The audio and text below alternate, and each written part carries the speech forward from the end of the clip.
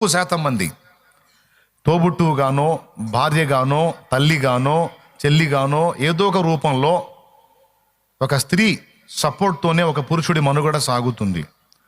ఆమె సహకారం లేకుండా పురుషుడి మనుగడ కష్టం. ఎందుకంటే పురుషుడి ఫస్ట్ నుంచి కూడా అవి తెలియవు.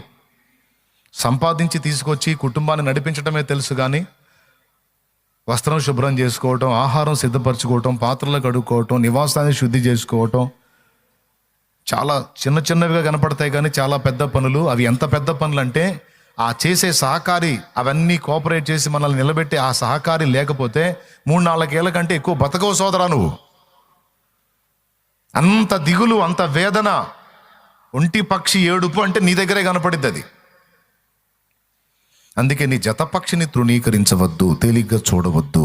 ఆమె దేవుడు నీకు ఇచ్చిన కృపావరాల్లో అతి శ్రేష్టమైన వరం భార్య.